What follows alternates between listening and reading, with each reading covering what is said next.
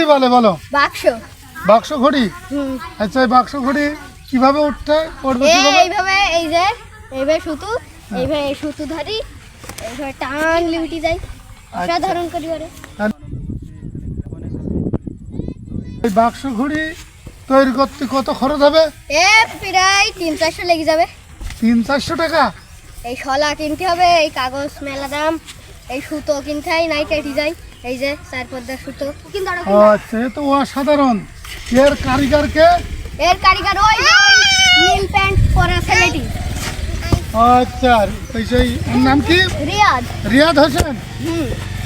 এ তো অসাধারণ।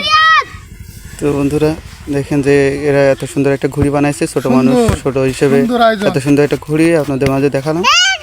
ভিডিওটি ভালো লাগলে একটু লাইক, একটু শেয়ার, একটু কমেন্ট করবেন। আর হুজুর আমাদের পেজের নিয়ে কিছু বলে দেন, যে আমাদের পেজে এই ঘড়ি তারপরে এইগুলো ভিডিও ভালো ভালো ভিডিও ছাড়া হয়। জি আলহামদুলিল্লাহ, ঐতিহ্যবাহী দেউলি দক্ষিণ বাগান পাড়া, তাই তো?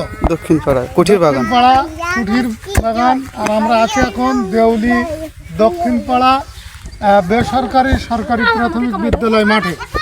এখানে আমাদের এই ছোট্ট সোনামানি বন্ধুরা, ছোট বাচ্চারা খেলা করতে এসেছে। আর এই যে অসাধারণ একটি ঘড়ি আপনারা উপভোগ করছেন এই পেজে।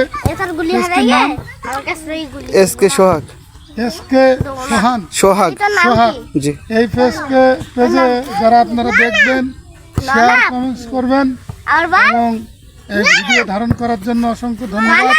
আর যদি এই ঘড়ি আপনারা বানাতে চান তাহলে আমাদের এই পেজে সোহাগ পেজে চলে আসবেন, এসকে সোহাগ।